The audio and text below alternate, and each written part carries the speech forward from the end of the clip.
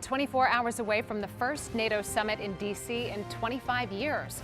Preparations are already underway as thousands of people and dozens of world leaders get ready to gather for this three-day conference. Now, one of the key topics that will be discussed, of course, is the ongoing war in Ukraine. Yeah, and tonight we're breaking down what their talks mean to you, all of us. Delia Gonzalez is live outside the convention center tonight. And Dee, we know you spoke with an international security expert who is comparing NATO to the plumbing in your house. Break that down for us.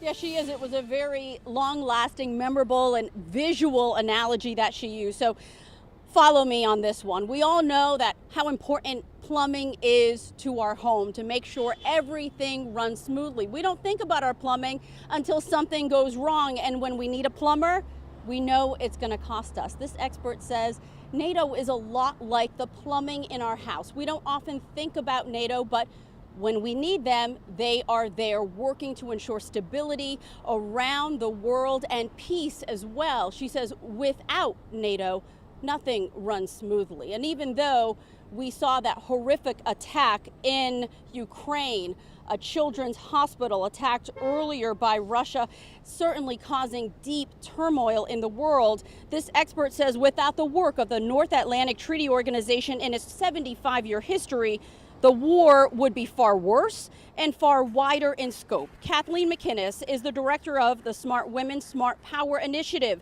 a senior fellow in the International Security Program at the Center for Strategic and International Studies. She says while she doesn't expect Ukraine to join the 32-member alliance, she says allies will discuss during the summit ways to offer more training, resources, and supports.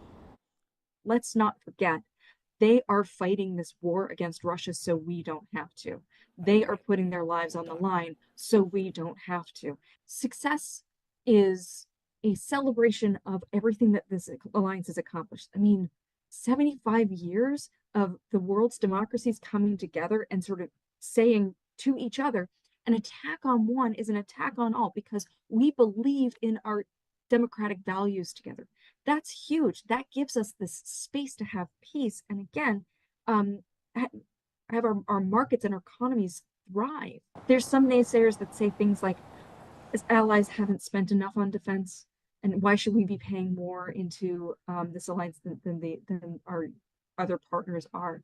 But an alliance is so much more than just the dollars and cents that we put into it. It creates this umbrella for broader cooperation on all sorts of issues, from climate change to COVID response at the time to missile defense.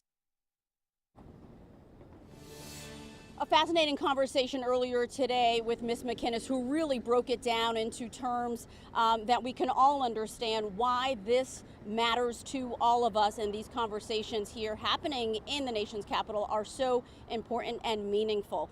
Coming up at 6, we're going to hear from a Ukrainian activist. I spoke to her a short time ago. She's literally on the road from New York, heading down here to D.C. for a rally that will be happening this evening outside of the White House. I'll let you know more about that demonstration and what else you can expect for folks who dare to come down to the convention center and battle all of the security measures out here. But I'll have a breakdown of what to expect coming up in the next hour. For now, we're live outside the convention center. Delia Gonzalez, USA 9. Yeah, NATO is a good reminder that we are all interconnected. What happens in other countries certainly impacts us here at home as well. Delia, thank you.